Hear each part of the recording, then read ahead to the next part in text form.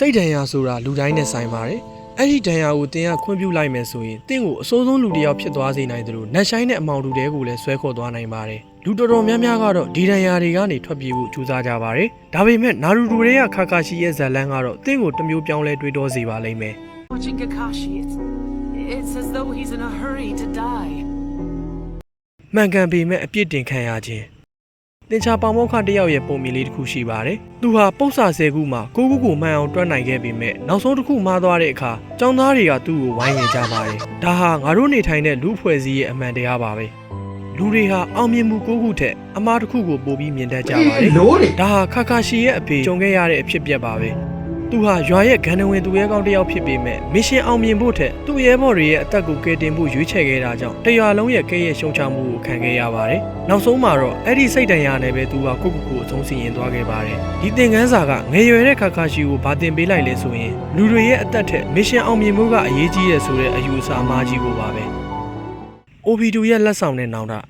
ခါခါရှီယာစီကန်းတွေကိုပဲအတိအကျလိုက်နာတဲ့နေချာတယောက်ဖြစ်လာခဲ့ပါတယ်။ဒါပေမဲ့တတိယအကြိမ်ကမ္ဘာစစ်ပွဲအတွင်းမှာ OB2 ကသူ့ကိုပြောခဲ့ပါတယ်။မစ်ရှင်ကိုဖျက်ဆီးတဲ့သူတွေကိုအမိုက်လို့ခေါ်ကြပါတယ်။ဒါပေမဲ့မိမိရဲဘော်တွေကိုပြစ်ပယ်တဲ့သူကတော့အမိုက်ထက်တောင်ပူဆိုးသေးတယ်လို့ဆိုပါတယ်။အဲ့ဒီနေ့မှာပဲ OB2 ကခါခါရှီကိုကဲရင်ကြောက်တုံးပြီးတည်ဆုံခဲ့ရပါတယ်။ OB2 ရဲ့ရှာရင်းကန်းကိုလက်ခံရရှိလိုက်တာဟာခါခါရှီအတွက်တော့သူ့ရဲ့ရှုံးနိမ့်မှုကိုထာဝရတတိပေးနေမဲ့အရာတစ်ခုဖြစ်လာခဲ့ပါတယ်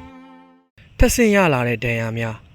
OB2 သေဆုံးပြီးနောက်ခါခါရှီယာသူ့ရဲ့ကြံရှိတဲ့တူရဲသောရဲဘော်ရင်ကိုအသက်ပေးကာကွယ်ဖို့ဆုံးဖြတ်ခဲ့ပါတယ်။ဒါပေမဲ့ကန်ဂျမာကရက်ဆက်လွန်ပါတယ်။ရွန်ဟာရွာကိုကာကွယ်ဖို့အတွက်ခါခါရှီရဲ့လက်ထဲမှာလည်းအဆုံးစီရင်ခံခဲ့ရပါတယ်။သူ့ဖေသေဆုံးမှု OB2 ရဲ့စတေးမှုရင်ကိုမိမိလက်နဲ့တတ်လိုက်ရမှုဒီဒဏ်ရာတွေဟာကလေးတစ်ယောက်ခံနိုင်ရည်ရှိတာထက်ပိုလွန်နေပါပြီ။သူ့ရဲ့ဆရာဖြစ်သူစတုတ်တာမြဟိုကာကဲမီနာတိုနဲ့ဇနီးဖြစ်သူကိုရှင်နာတို့ဆုံးမသွားတဲ့အခါမှာတော့ခါခါရှီယာလုံးဝကိုစိတ်ပိုင်းဆိုင်ရာပိတ်ဆို့သွားခဲ့ပါတယ်။သူဟာဘယ်သူမှမပတ်သက်တော့ပဲအမောင်တူထဲမှာနေထိုင်ခဲ့ပါတယ်။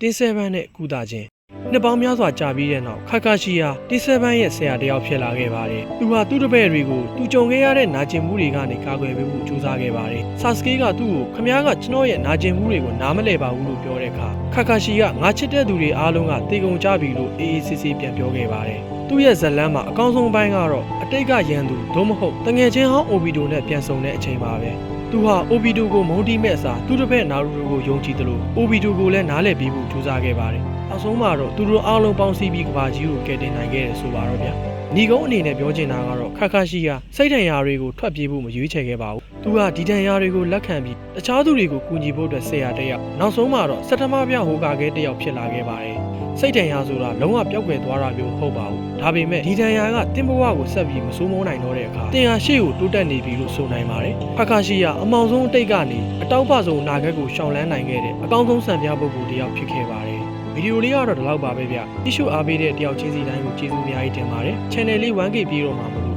လုံးမဲ့ like and subscribe လေးလုပ်သွားပြီးခဲ့ကြပါဦးဗျ။နောက်ထပ်ဗီဒီယိုမှာပြန်တွေ့ကြတော့ပါဗျ။